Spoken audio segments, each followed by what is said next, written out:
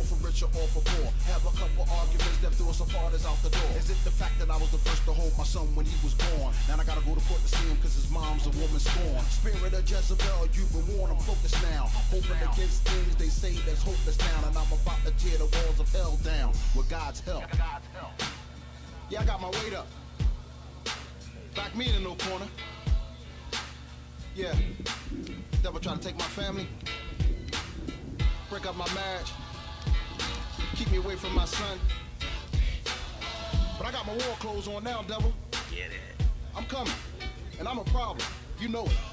Get it. I keep trying to bring myself to get an Xbox and have that one upstairs and have the PS5 downstairs, but I can't bring myself to cheat.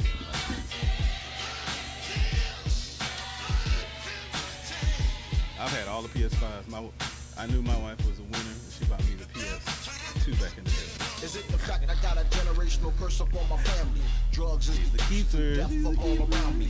Locked down in federal pen when God found me. Now I'm a prince of the king, so you can crown me. Let's get it. Is it the fact that Satan been trying to kill me since I was 12? Got one of posters hanging up on the streets of hell. I became immortal when Jesus took the nail. So now I'm free like I made bail. Have mercy. Prepare the table in front of my enemies that curse me. Man, I'm drinking from the water of life. I'm never thirsty. I'm the chosen.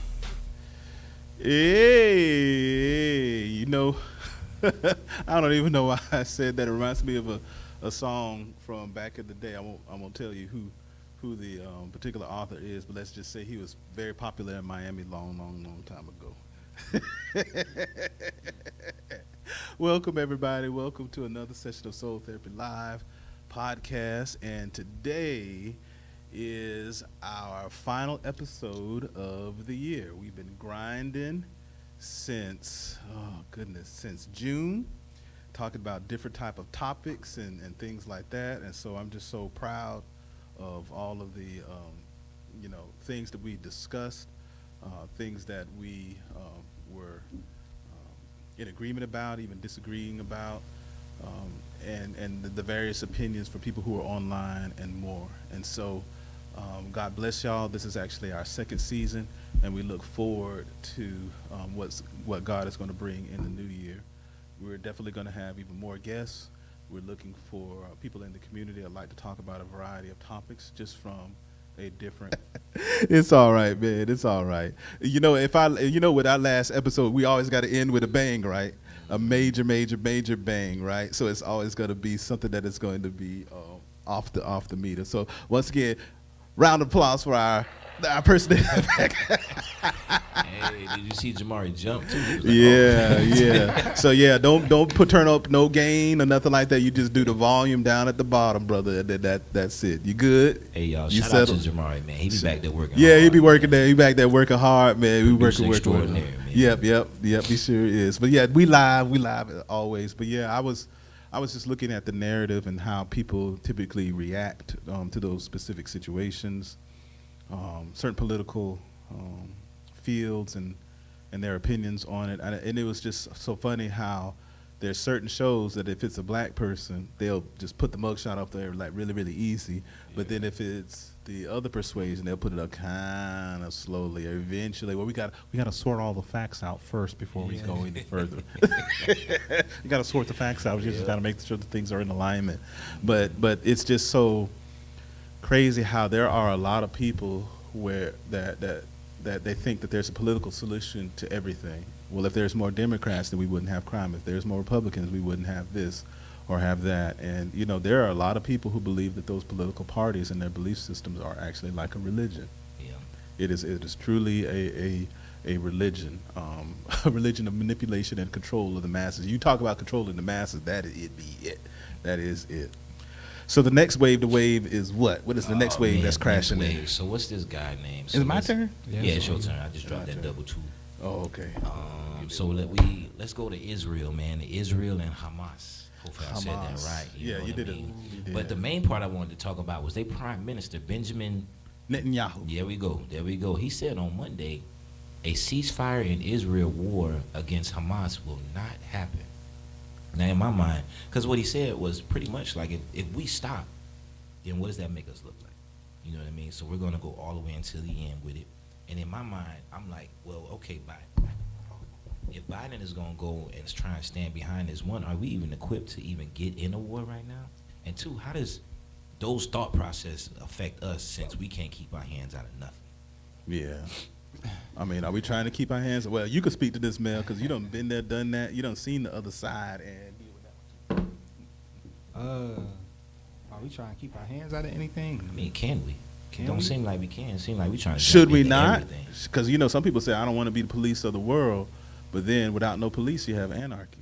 Yeah, but we should take care of home first. True. But I feel like, I mean, I serve and stuff like that, but I do still feel like some situations we need to stay out of. Some situations. Okay. And if we gonna help, we don't need to send our people over there, our troops. We can help you out with some equipment. You know what I mean? Some tanks and stuff like that. Something that's to help you out. Now, if we really want to help somebody, like what's up with Ukraine and stuff like that, you know what I mean? But I feel like we just can't jump to everybody's defense. Because who Yeah. jumping for us? Nobody. You know what I'm saying? I know we It don't are seem the like it most should, so. powerful and the most powerful government in the world. But sometimes, yeah, we need to just sit back and, I'm not going to say just allow stuff to play out, but just don't jump in head first. Yeah. I said something at the shop the other day, man. I was like, you remember growing up when your mom tell you stay out of grown folks' business? Mhm. I think right now we just need to stay out of grown folks' business. Because it's like you say, taking care of home. I think it's a lot of other countries that's looking at us like we becoming weak. And the more we stretch ourselves out, and I feel like it opens us up for something. Mm. You know what I mean? So I think about it in a sense like that. I've never served, so I'm just thinking about, like, you know, psychological warfare, man. You know, we out here stretching ourselves thin.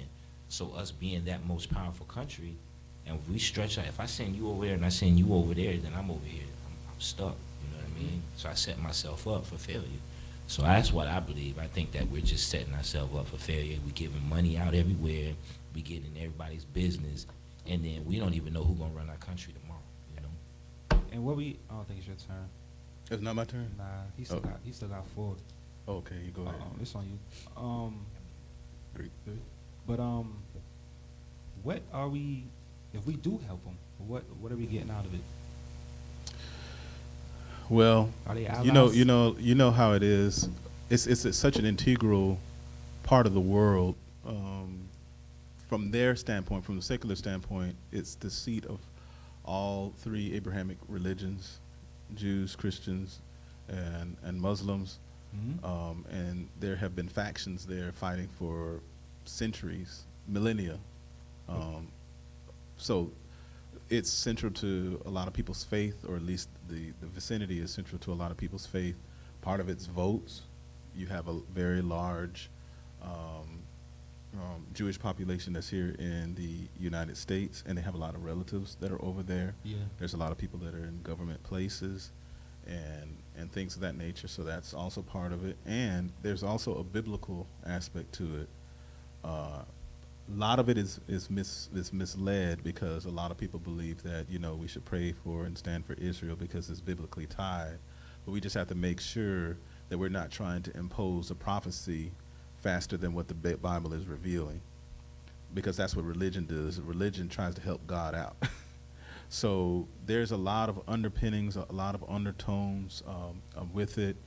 But the irony, at least from a biblical standpoint, is that the Palestinian people and their Israelis are actually half brothers from ancient times. You have Ishmael, and then you have Isaac, and they were always destined to fight against each other for all of those particular years. And so it's deeper than political pieces. It goes all the way back to the Bible days, go all the way back to the time of Abraham, and there is no peace treaty, anything like that. And so Netanyahu, if you look in the biblical text about how there was the slaughter of the Canaanites and all of these different nations that were there in the land of milk and honey, which was supposed to belong to the ancient Hebrews or the children of Israel, there are certain scenarios to where God allowed for them to just wipe that specific space out.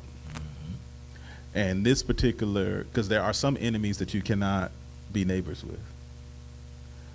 that's just, I'm talking about speaking just from their perspective. And so just knowing how they look at things from the Torah perspective, they're not Christians, just looking at things from the Torah perspective or the Judaism perspective, the Maccabees, and that's their perspective on those particular things. They look at those times of Moses when it comes to vanquishing the enemy. They look and they take those stories from Gideon and David and all of those things. They have those things, and they have not imams in their ear, but they have Jewish priests in their ear that tell them about all of these different types of scenarios and how sometimes you have to vanquish the enemy. So I don't think that is just political only. I think it's truly deeper than that. But what I'm also noticing as we kind of close out this wave is that more and more, remember, there's in the book of Revelation, it talks about how you know that the Lord is coming soon when all nations turn against the children of Israel. All nations. That's including us chocolate folk too. And you already have seen that. You've seen the movements a little bit with the Hebrew Israelites. That's kind of like part of it, but that they're not really carrying any weight. I'm just talking about just a lot of black and African people in general don't really like Jewish people, even though they were that we helped each other during the time of slavery. There was a lot of many examples of that. Those are a lot of the biblical black Christians, but the secular black Americans who tend to be a little more liberal in their mindset, they have the mindset that these Jewish people have all the banks and they running all the money and all this other stuff like that. And so there's already an implicit bias. And so if anything, we're not friends or enemies. We ain't there to help. And if we're called to go against that nation, oh, well, they got all the money anyway. Maybe we could just, you see where I'm coming from? And I believe it's coming a day, biblically speaking, that there are going to be, everybody's just going to turn against them. Everybody. And when you see that, and when you see Russian coming from the north, Magog, they call it Magog, then you better look up. Your soul better be right. So hopefully we have some time before that happens. But a lot of people look at this incident. Had a lot of fraternity brothers that asked me about this, basically saying, you know what, is Jesus getting ready to come? I was like, no. Syria and Egypt got to become friends to Israel first. And they ain't friends right now. That's what the Bible said. They say they got to be friends first, and that prophecy got to be fulfilled before others. So you don't have to worry about that. All in all, I think Mel is right. I think there are some things that we should just let play out. But if God ordains it, you could say you want to stay out, but if God wants you to be in there, you gonna do it. Yeah, right up in there. Yep. Because I was watching on the news today. They got in the Jews in Israel, the older people, they got them learning how to use guns now. You know, they firmly against that stuff. So they got old ladies in gun class right now trying to figure out how to use it. Oh my goodness, Mildred. Yeah. Oh my God. trying to shoot that thing. Be careful, Mildred. Oh my goodness. All right. Let's go into the next one, man. I think you might be able to touch on this one a little bit. The last words of Carlton Pearson. Yeah. Which is a former megachurch pastor. So what I guess it says he was diagnosed with cancer in 2001. 2001? Yeah, but then it came back in the last 120 days. You know what I mean? But what was his last words? I was trying to find that. Well, the way that I phrased it was, he had a video that came out today that was basically, he said, this is probably going to be one of the last messages that I ever share with those of you that I love. And he has charisma, likable, can sing, can preach. There were a lot of ministries that were launched during that period of time. And your parents, all of our parents probably know about this. I know that my mom talked about Azusa Street. And there was actually a play off of what happened at Azusa even prior to that. It was like trying to reproduce the historic Azusa moment that was the birth of the charismatic movement. And so this particular pastor was in Tulsa, Oklahoma, and he had he was one of the first megachurch preachers of color that was of significant note after Reverend Ike and all of those things back in the 70s. And Bishop T.D. Jakes got his opportunity at this man church. Yeah. A lot of the people, T.D. Jakes, Rod Parsley, a lot of the major singers that you see out there that are prominent today, they all preached at this particular man's church. And he was preaching and teaching, but then unfortunately, he departed from the gospel, and that's what a lot of people do not know. He departed from the things of the gospel, and he started moving towards this gospel of inclusion, which basically means, in a nutshell, or universalism is another term for it, which basically means that there is no hell. There's no hell. There's only heaven. You could believe in any faith that you want. There's many ways to God. Jesus is just one of the ways, and we have to be inclusive. We have to be inclusive, that particular rhetoric. And then he started spilling even more into Christ consciousness. And Christ consciousness really has nothing to do with Jesus Christ. It really has to do with self and aggrandizement.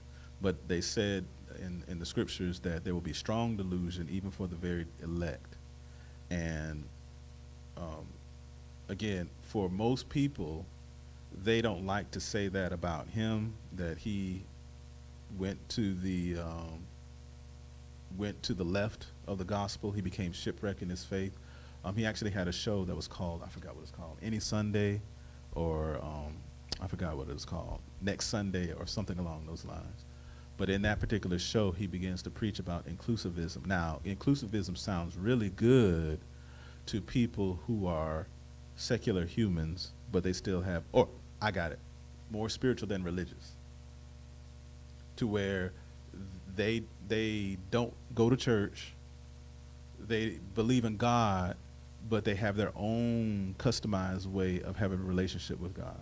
They'll mix a little bit of Hinduism, a little bit of Islam, a little bit of Christianity, a little bit of Judaism, a little bit of zodiac signs. Like, how can God's creation tell you more than the Creator? I just saying. I know we got tattoos on our chest and on our back and on our eyelids. However, them planets are like, I ain't even studying y'all. If you try to come meet me just as you are, you'll die out here in space without a suit. So why are we using? Let me stop preaching. But anyway, so all of that is okay. That's what universalism is. It appeals to everybody. It's a big tent. Whatever you feel is what you feel. Whatever I feel is what I feel. And a lot of the celebrities and things like that were starting to come aboard with that. Do you feel like that's the right way of thinking? For me, no. It's like having 10 supervisors and all of them have the same level of influence, and you're the employee, and one of them says stand up, the other say sit down, one of them says you're fired, the other one says you got a bonus. Which one do you listen to? I got a bonus. You say you listen to the one with the bonus, right? Right. So you pick the God. I did that for a reason. You pick the God that suits you the most. Yeah. And that's wild, because I didn't know which one I was going to pick. I'm just sitting there like this. Uh-huh. You're like, okay, which one is going to benefit me? Mm-hmm. But that's not how God of the Bible does things. We do things to benefit and give him glory, not ourselves. Oh, I love that. I love that. But it's true. And so the truth is, as a lot of the good things that he did in his early days, I liken him to Saul. And I got a nice little thing I want to read to our audience about this specific topic, right? So here it is, and I put this as one of my truth minutes. I haven't written one in a long time, but here it is. It's called Azusa to Ichabod. Now, to just give you some background, Azusa Street Conference is where he rose to prominence back in the day, in the early 90s, and where a lot of big-time preachers got their start at his conferences. He had the platform back in the day, right? He was the mega church preacher, emeritus back in the day. And then the other key word here is Ichabod. Ichabod means the glory has departed. Hophni and Phinehas had a father whose name was Eli, and Eli just let his sons sleep with all of the women inside of his church, in his ministry, because he was a priest. And so his priest assistants were sleeping with all the women in the church, hedonistic acts, and a lot of people knew it, but he never got rid of them because they were his sons. Suffice to say, as time went on, God held him accountable, and the reason why he held him accountable is because the Ark of the Covenant was up under their care, but because of all of the silliness his sons were doing, and because of his negligence, the Ark was taken away. A lot of the people were slaughtered, his sons got killed, and the wives of the sons was forced into labor upon hearing the news that Hophni and Phinehas were killed. Eli hears the information as well as one of the individual's wives, and when Eli heard the information, he leaned back out of grief because he was blind at the time. His eyes were dim, that's what they were saying. And so he fell back inside of the chair and broke his neck upon hearing the news that the Ark of the Covenant, this, was taken away. The Ark of the Covenant is an artifact, but what it represents is more meaningful. What it represents is God's order. And when you're a priest and you don't have the glory and the order of God in your ministry, then chaos will ensue. Every time. Imagine having a church, but you don't never talk about Jesus. That's what Carlton Pearson was doing. Jesus was a nice guy, but he's not necessary. He was a nice guy, but he's not necessary. He did some nice things. He formed some clay pigeons according to the Islamic faith, but that was pretty much it. He was just a man. And so the woman who was married to one of the gentlemen went into labor early, and they had a baby. And she named the baby Ichabod, for the glory has departed. And so I wrote here, preachers, it is important to stay on his message. Even with our personal and interpersonal struggles, stay on his message. I am praying that in our time of temptation and testing, we have a heart of David and not Saul. Both of these men were flawed leaders, but one sought a different bewitched message and lost the kingdom. The backstory to that is that when he was getting into trouble, he didn't go to God. He went to the witch of Endor, and he went to a soothsayer. He called up the dead to give him an answer, and gave him an answer all right. And as a result of that bewitched message, he lost the kingdom, and he, as well as his ministry, died publicly. Just like this gentleman right here, and others, Bishop Eddie Long. There's many, many other preachers that were crooked for a period of time, and then when God, in many ways, removes them, we just be like, oh man, that's messed up. See him in heaven. Nah. I got something to ask. Go ahead. So when I read this, it was before we started, and I had just said something to Ben. I was like, it's crazy how like these big name mega church pastors and stuff like that, like they dying of cancer and and all of this stuff like swiftly. Until you just said that, it just clicked in my Rapidly. head. I'm like, yo, that is wild. But Y'all remember Charlie Murphy? Yeah. And how he used to play the biblical character. He used to play, I forgot, was it Jesus? Mhm. I forgot what show. Jamar, remember that show? The Chappelle Show. The Chappelle Show. Yeah. Well, he was mocking God a lot, and everybody was just thinking like, yeah, it don't mean anything. But when he was doing that, everybody was getting laughs, but his life ended really quick too. See, people be playing around with God as if he does not exist, and we're just going to write this off to bad food. We're just going to write this off to, just random things. But the scripture says, with long life, I will satisfy you. Now, that doesn't mean that Christians won't get diseases, won't have problems, but when the enemy afflicts your body without God's protection, everything is accelerated, especially if you're a preacher of the gospel that has claimed to speak for God. People don't understand that when you turn into a heretic, I felt the spirit with that, when you turn into a heretic or somebody that's contrary to Jesus Christ after leading all these people to the Lord, so to speak, and now you speak against him and say that that's not real, you bring judgment upon yourself. And God is like, why do I need to keep you on the planet? I don't have to have you on the planet. And that this is a unique category. Everybody doesn't fit into this category. Because it's not, and here's the other part. It's not about whether or not things happen. Let me read back this thing. Let me go back here because that's not. All right, so here's the rest of it, and this will make sense. Both of these men, Saul and David, were flawed, but one sought a different bewitched message and lost the kingdom, and he and his ministry died publicly. David had personal failures as well, and he had to deal with the consequences of his actions, but unlike Saul, he repented. He said that he was sorry. He also never changed his worship or adoration of God. He was a flawed man, drunk as a skunk, high as a kite, womanizer, but he still went to the Lord to worship and said, I'm a man who's undone. I've got issues. I got problems. But Lord, you're still the Lord of my life. Help me. I'm desperate.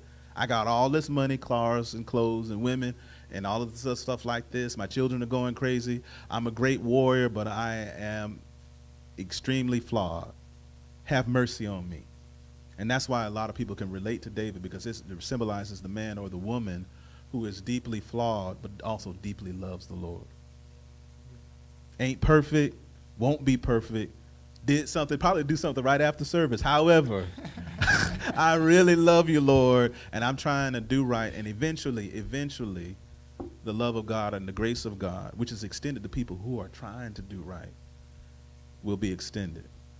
He doesn't just give you a second chance. He just gives you another chance and another chance and another chance. And David took those chances. Still got consequences. If you rob somebody, God will have mercy on you by giving you a 1-year sentence instead of a 5-year sentence. That's how he works. You still got to deal with the consequences, but your soul is intact, and he was merciful on you. But when you do stuff like this, and the reason why I'm talking so strong is because the Bible says, cry loud and spare not. False prophets, false teachers do not deserve any mercy. And the church as a whole, sorry America, sorry church world, does not owe this man an apology for all the things that he has done and for the things that he shared. Pastor, you shouldn't be talking about another pastor that way. He's not a pastor. You shouldn't talk to another Christian that way. He's not a Christian. And if you're saved, you don't say those types of things at all. Yeah, no, he chose his side. He chose his side. And he was unrepentant even to the very end. The consciousness. Now, you know, when you talk about consciousness, you start talking about Egyptology and all those things. Again, Christ consciousness. So again, you know, be warned. God is gracious about many things, but he has low tolerance for preachers or teachers, that's men and women, who lead his sheep astray regardless of past battles won, the money coming in, how many butts you put in the seat, nostalgia. I remember Carlton Pearson and all of the songs that he did back in the day. I remember T.D. Jakes preached and preached and preached, and he prophesied over my life. Yes, yes. Mm-hmm. See, he's a guy, I would see him in public, listen to him talk. Mm-hmm. And knowing right from wrong, I would be upset with him. And it's for the simple fact of what you're saying. It's like, one, I feel like you're down talking my God. Mm-hmm. And two, if people hear you and listen to you, you finna lead them into a brick wall. Wham. You know what I mean? And there's a lot of people that were led into brick walls, and then a lot of the church world was upset when he got defrocked by the Joint Council of Bishops that renounced him and his particular doctrine. So he was already excommunicated from the church, but he welcomed it and left. And then he started bringing in his own alliances. Certain people of certain communities that are typically contrary to the church, he was like, let me go ahead and wrap my arms around you instead. Okay? You see what I'm saying? And so it's an insidious thing. Like I said, I pray for his family. I pray for, you know, those that were influenced by him. But God is not playing. And so I'll close with this. This is the verse. Galatians chapter 1, verse 8 through 12, and it says, but even if we or an angel from heaven preach any other gospel to you than what we have preached to you, let him be accursed. As we have said before, so now I say again, if anyone preaches any other gospel to you than what you have received, let him be accursed. P.S. The gospel of inclusion and Christ consciousness is not the biblical gospel of Jesus Christ. It's a message that leads to worship of self and not Jesus. In the story. Yeah. Next wave. Hey, listen. All right, so I wanna call an audible because of everything. Audible. Okay, let's do it. Play. Yeah, everything that you was just saying. So I want to go straight into the main topic. Right, we talking about the fourth quarter. Did you want to talk about Dwight? Y'all want to talk about Dwight? No. Y'all want to talk about Dwight? Oh, you can't play. So look, I want to go right into that fourth quarter topic. Right. So the first question I got up here, it says, "How did I do this year?" And one of the main things is like, just everybody taking a second just assess. I feel like this year for me, it just started. You know what I mean? And then things started happening, and I felt like it just went down. Right? It was a certain point where life was just going like this. You know, and I believe that it was a lot of stuff that I was going through, You know what I mean? But I think in having those conversations with you, because everything that you was just talking about, I told him, I say, this is gonna lead right into this. Like having those conversations with you, it made me stop questioning and then just start like believing. I think you asked a question. Maybe it was another pastor I was watching on an interview. Todd Gnarly. Remember the guy the pastor that spit on his brother? Oh yeah. So he said one thing. He said, man, I had. He didn't spit first, did he? No, he didn't. He didn't spit. He said, I had my bad. He said I kept complaining to God, and asking God for stuff and asking him for stuff. And he said, God responded to me. He said, but what have I done for you? And he said when he started focusing on what God has done for him, life started to change. And I noticed when I stopped like living in my mind and just chilling, I realized that it stopped going like this and started going back up. Like better things started happening. When I stopped giving in to the flesh more, things started happening better for me. Like, and I was having this conversation with somebody the other day, and I was like, it's certain things that I would do with the flesh, and I noticed those days that I would wake up and deny it, my days went better. But if I woke up and I gave into it, my days would go like, phew, you know what I mean? So just learning to be obedient, I think that was one of the best things that I've learned this year, you know what I mean? Just learning to be obedient in his word. Crucifying this flesh, getting this up under control. And it's not your control. You're not controlling yourself. You are actually listening more to God and submitting more to God. The scripture says, resist the devil and he will flee from you. That sounds good, but the truth of the matter is it's easier to resist the devil when you are obedient and when you feed your flesh with the word of the Lord. You need some ammo in that gun in order to fight the devil. And this is also another note even to our congregation and those that listen and follow me on a regular basis. You know, over the last 16 weeks, we've been talking about how to love God and love people. It's now going to go into another phase where we're going to teach y'all how to fight. Because it sounds like some of y'all been getting whooped up by the devil, beat upside the head, oops, upside your head. Say, oops, upside your head. Say, what? And the devil been going, oops, upside your head. And as soon as he hits you, he attack you. You miss several Sundays. You're not engaging. Something happens to you. Lots of call-outs. All of this other type of stuff because you don't know how to fight. So we're going to be learning and we're going to be teaching in this ministry over the next several weeks how to fight in the spirit. For we wrestle not against flesh and blood, but against powers and principalities and spiritual wickedness in high places. We're going to teach you how to fight and war in the spirit instead of you getting beat upside your head. And as soon as the devil flex at you, you flinch and be like, oh, Pastor, I can't make it. I'm just going to just wallow in and just hope the devil stops stomping a mud hole in me. No, you're going to have to put some hair in your chest. And that's for men and women. And you're going to have to fight the devil. And you're going to fight him with an advocate in front of you, and that is Jesus Christ. You're saved, ain't you? So you need to act like it. What about you, Mel? How's your year been thus far? Oh, my year been And it's been. yeah, it's been like the stock bar, like going up and down. Roller coaster. Started off in church. I spent the New Year's in church, so you know how that go. It's like Is this gonna stick? yeah, this year gonna be the year. Like I'm gonna make it. I'm gonna do this, that, and the third, and then, man, I can't do nothing with that. We ain't digging in the pot. That's crazy, bro. Yeah, I mean, I felt like we should have dug in the pot, but it's alright. But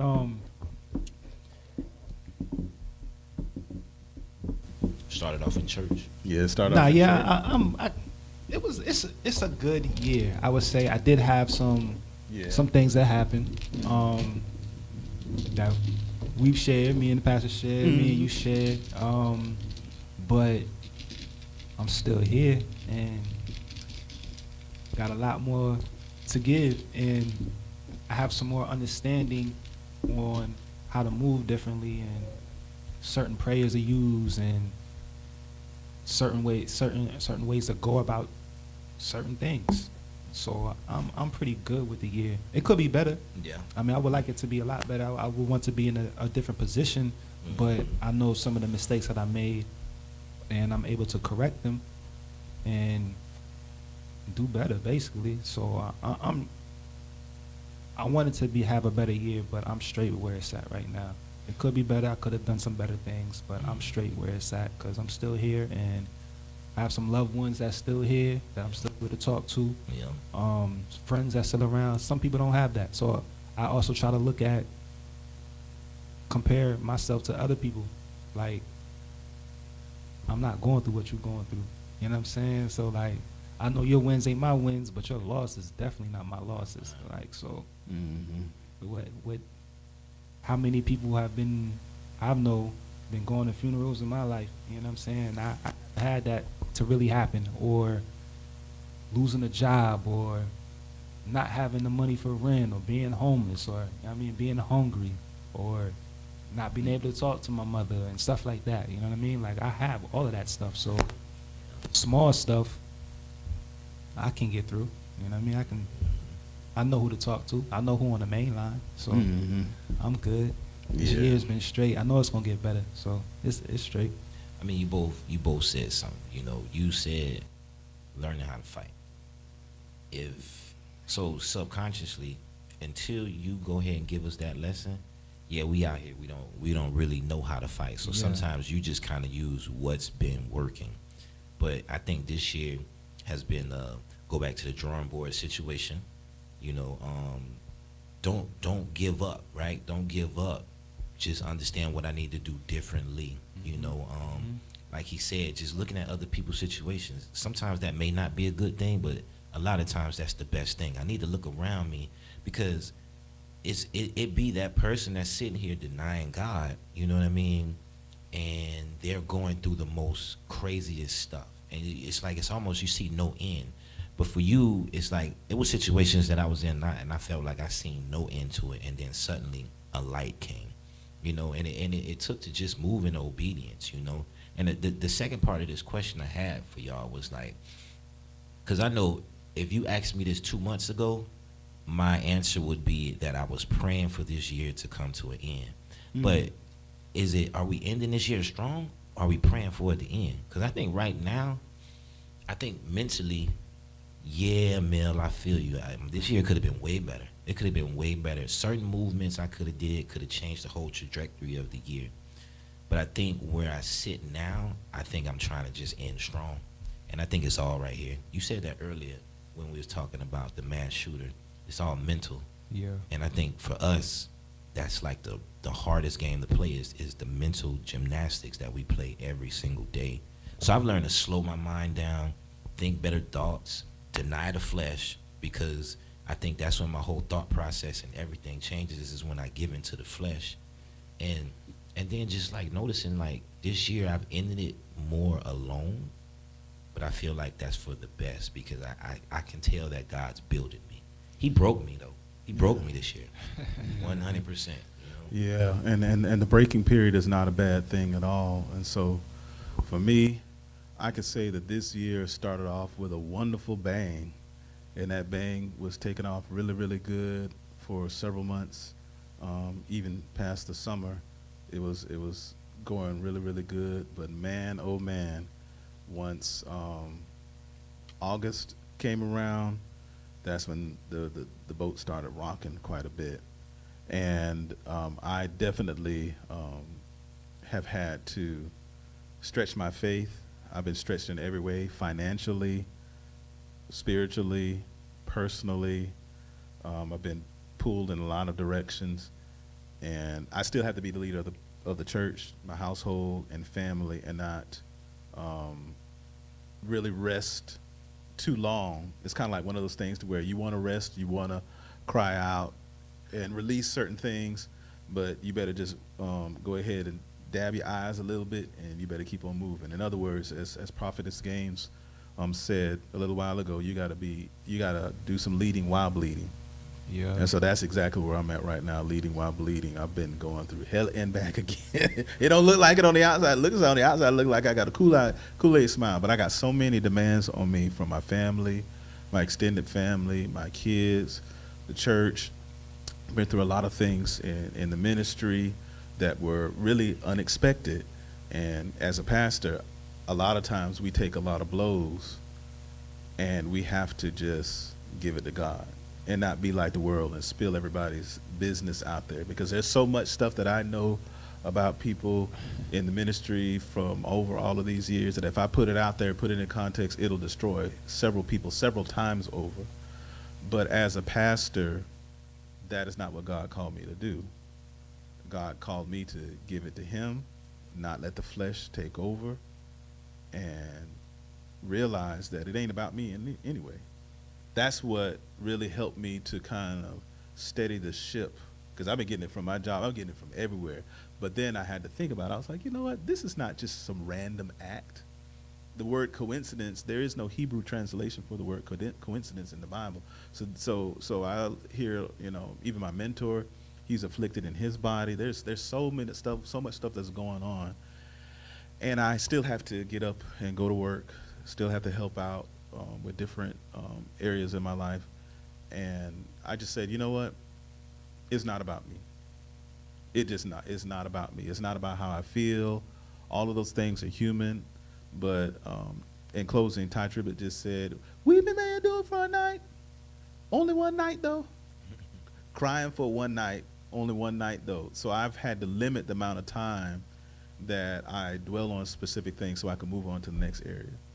And then hopefully, if the Lord gives me some time under the terebinth tree to rest, then he'll give me some time to lick my wounds, heal. But I believe that it's all a part of his process. There's so much that I want to do that I can't do, but that means is that God has to do it. Yeah. You got something you want to say? Nah. I mean, you know, it's like I said, man, the Lord tore me down this year. But Almost like the military. You become a soldier in the army of the Lord. The Yeah. process is different, but it's still the same. Mhm. And it's funny that you say it, because he's tore me down before, but not like this. You know what I mean? Not It's like this. Well, let me go ahead and give you a special tear down package 'Cause that's I mean- suitable for you. Yeah, Custom made. I be real, man, and you know my past, Pastor. Mm-hmm. You know I've been through the ringer, but it's like the way he did me. My bad. Oh, I took your whole thing. Didn't I? Yeah, trying to get this. The way he did me this year, I think what it did for me. At first, yeah, I had a lot of resentment. You know, I did, because it's like, man, come on, man. You know, Bruh. like, come on, man. You know what I'm saying? Come on, man. Like, you know, and then, but I had to think a lot about you, because at the beginning of the year, when I felt like I was losing the most, I didn't know what my purpose was. And then, you know, I teach, right? So these classes came up, and we had to start teaching kids 14 to 17. And I think that changed my life. And it changed my life like this, because I see that the Lord is placing me around a lot of young people, a lot of Oh, young boy, they men. can- You know what I'm saying? Yeah, you see how I jumped right up, Mhm. right up on Hop him, on you know? it. And I realized that he started to show me my purpose, right? And he started to show me what he's trying to do in my life. And I realized that he's breaking me down to build me up in a certain way. He's preparing me for something, you know. And I got the question. It was like, what does it say? Am I learning, or am I just moving? And it's crazy, man, because I would say, like 2 months ago, I would probably say I'm just moving. And they ask me that at the shop all the time. They say, man, how you been doing? How's your year been going? And I always say, it's just been going. You know, this year I just been moving. It is what it It is. just is what it is, you know what I mean? But I'm starting to see how he's building me back up, how he's preparing my mind, how he's strengthening me. So it's not like I'm just moving anymore. I'm actually learning from every step, which is preparing me for the next step. You know what I mean? And I live in that order my steps, and I will walk in your name. Like I'm doing that. You know what I'm saying? But I also see the value. So it helps me be more calm and more peaceful at night, because I used to beat myself up at night. I go hard in the day, but then at the end of the night, I'm like, well, where's everything? What is this? Mm-hmm. But, you know, I had to take it back, and I was like, you know what?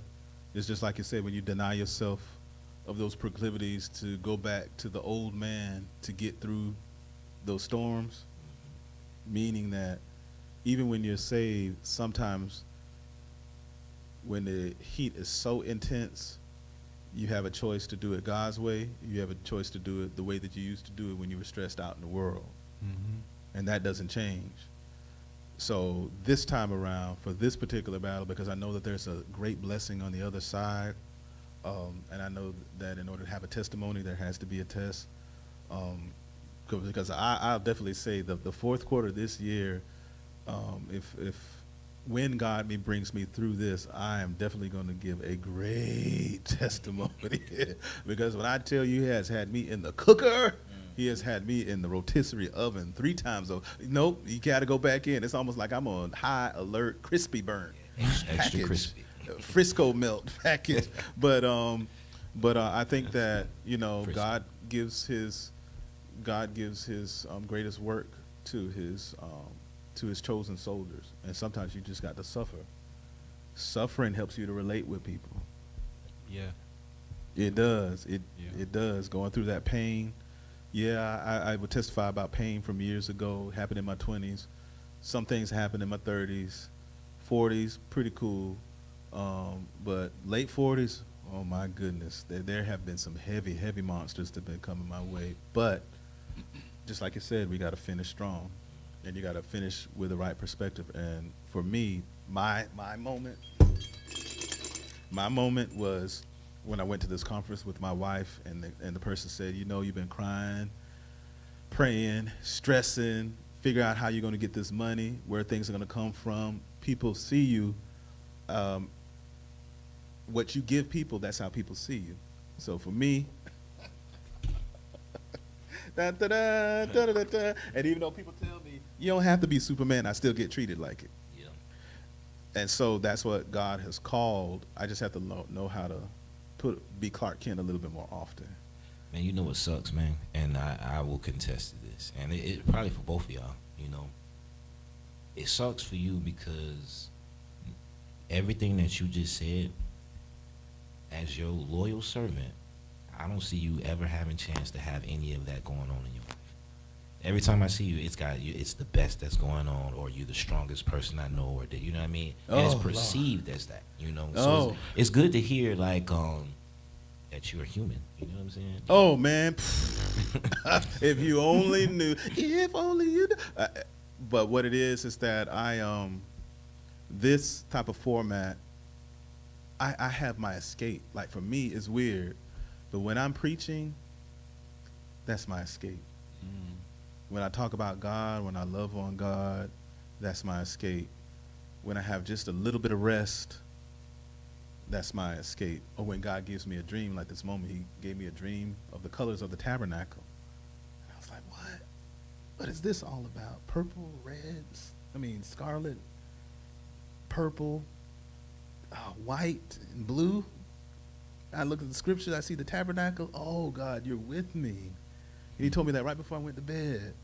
So a lot of times, I don't know about you, but you know how it is when you get hit hard, like those some of those martial arts movies, when you get really hit hard, and you start bleeding, and you look at the enemy, and all you have to see is just taste that blood. Like for me, there's 2 things that happen. Either I'm going to bristle up, and I'm going to brick up, and I'm going to start wallowing on you. Wallowing basically means I'm going to start beating on you. Or I'm going to kind of lick my wounds and kind of step back. But see, I wasn't built that way. I'm a fighter by nature. So this time around, I chose to fight it in the spirit, to not just take a back seat to everything that's going on. I've had to clean house in my own soul. I had to clean house in the ministry. There were certain things that were holding the ministry back, and I had to make some really tough, hard leadership decisions, and I had to not look back on it. I can't look back at it. You know, everybody else is looking back at it, but I'm not going to look back at it. I'm not going to look back at situations of salt, trying to preserve the past. We got to move forward. But that was hard. It's hard. It's really hard. There have been many times I've been in ministry. My chest is hurting, heart palpitations, anxiety attacks. Probably had like several over the last several weeks, multiple times, waking up with them. I'm like, oh, God, my chest. Why am I feeling this way? Bad news after bad news, issue after issue, text message after text message, and I still got to function with all of these roles. Yet and still, when I am weak, He is strong. And if somebody perceives me as being Superman, no, it's all Jesus. Jesus is carrying me, and I'm just like this. You know, the footprints in the sand where you only see his footprints. I was walking for a long time with him, but now he's carrying me. And I believe that I'll be walking again in the future. I don't know when that is, but I'm really resting in the Lord right now. You learn a lot when you suffer. I don't even know if I'm walking right now, to be honest. Now, you know, You can't even feel your legs, bro. I can't even feel my legs. I think I'm walking. I think with you, man, when you made that decision, two things happened with you, man. One, the Lord blessed you with a companion. But I believe he blessed you with a companion because he seen the route that you was taking. Word. And then at that moment, that's when your feet left the floor. Mhm. That's when your feet left the floor. Because at that point, he's like, okay, I can carry you now. Because for a long time, Mel, I seen you just out there walking. You know what I'm saying? I'm walking with you. We was right next to each other. You know what I'm saying? But I just seen you out there walking, but I see that you're Yeah. moving different.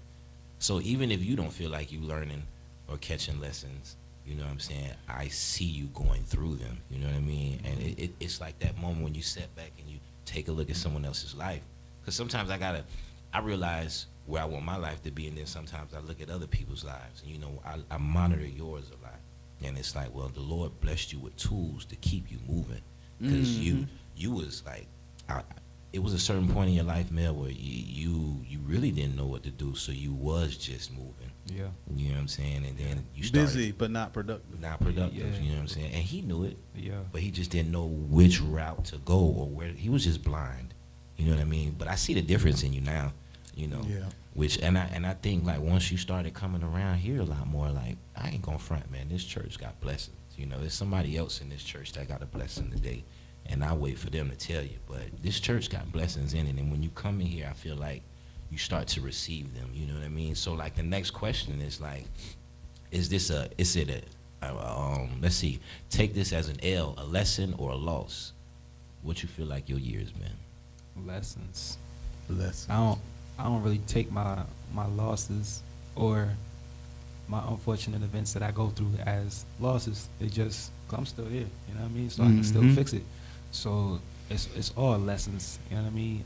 The way that me and you deal with each other, lessons. The way that, I mean, I come to the pastor in my time of need, and he knew exactly what I was going through, and like he said, he'd been through it. So it was a lesson. And then once you're given those tools and those instructions to move a certain way, and you're moving in that certain way, like it, even though I be going through stuff, it don't be seeming that bad. Like, I am human, so I feel it, and I'm just like, oh, man.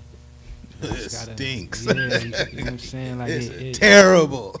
it beat me up. It do beat me up, and I'm an emotional dude. I ain't gonna lie. I think we had that. I'm an emotional person. R&B singer. Yeah, for Yeah. sure. Woo, woo, woo, woo, woo. That's me for sure. But like, yeah, I take it in stride now. Like Yeah. I heed your word when I'm in the sanctuary. Like I hear you. I heed your word. My mom, she deep in the church, so she definitely be feeding me scriptures and telling me certain things to do and how to see, how to talk. Like you had said something about people at the like robbing them at the shop. They ask you how you doing. You just say what's your saying? I'm just moving. Yeah, I'm just moving. Like, yeah, you really talking that's on yourself. You know what I mean? So like, even myself, when people be asking me, I used to say, yeah, just same old. Like, nah, I'm progressing, and that's my new thing. I'm progressing, and I'm finding new ways to make stuff move, even if I ain't. Mm-hmm. Like, I'm trying to speak it on to myself. So I don't see no losses. It's all lessons. Even in my new relationship, like I try to take stuff from the old relationship Need to meet him. and just like, let me fix this, because I know where this could go. So let me walk right. Let me pray on this before I go in here. Let me make sure the house is cool. We don't want to have no animosity and I still and stuff need to like meet that. him so I can look into her You know what I'm eyes. saying? So yeah, just all lessons. He's focused right now, but who you heard? I said I need to meet her. Got you. Now she, I'm trying to get her to come. She watching. She You watching watching? right now. Hi, how you doing? How you doing? Yeah. We gonna come. We gonna Hope to pull meet up. you very soon. Yeah, man, I would view this year as the same, man. It was all lessons, and it took the Lord to break me down and slow me down, and I think we was talking about, control. What can I control? I've learned that my life is, I can only control what I can control, but the rest I need to give to God. And I need to stop, like, taking the control. Word. Once you relinquish it, let it be. And it's hard to do that. Even for me, like for this week, it was hard to do that. Like what a lot of people don't know is that we had a member of our church, son die this past Sunday morning. And they get the phone call, and I had to go to the hospital. And it's supposed to be Pastor's Appreciation Day, right? Celebration and all this other stuff like that. But I'm actually spending time with the family. And I go from seeing literally a body of a person that's no longer here to seeing faces saying, let's celebrate. Yeah. All within the same day. And I was just kind of just like, God was carrying me through that entire period to go from basically death to life, and then trying to empathize and ministering to the Sister Amanda who went with me to go minister to the family, and knowing that that specific episode of our member's life is not over yet. It's just beginning. And we have to help them navigate through that. And so, again, it's not about me. If I am going to be like John Wick, I will serve and be of service. You have to sacrifice, and you have to lay down your life, and you have to allow for God to take control. I have to work hard at I still have to work very hard at not grabbing the wheel. And then just trusting, you got this, Lord. You got this. I know you got it. And you be showing me things too. But in the back of my mind, I was like, are you getting ready to give me another test and let this not work out? So it's like I'm a little bit apprehensive, a gun shy. But one thing about God is that he's pleased when you believe in him more, even for the impossible. And then he blesses you. And I was like, if you had a dynamite first half of the year, what could I do with the rest of your life? But I got to shake it. I got to mix it up a little bit. I can't let you get too comfortable. I can't let you get too. That's what Mike saying. Mike, I know that you are. I can't let you get too comfortable. You can't get too comfortable. Yeah. But I appreciate the humanity, the moments. It does get intense. But, again, the valley of the shadow of death is just a valley. It's not the planet. Yeah. It does end. Yeah. And you become better for it, as long as you don't let the journey poison you. Right? That's important, Mel.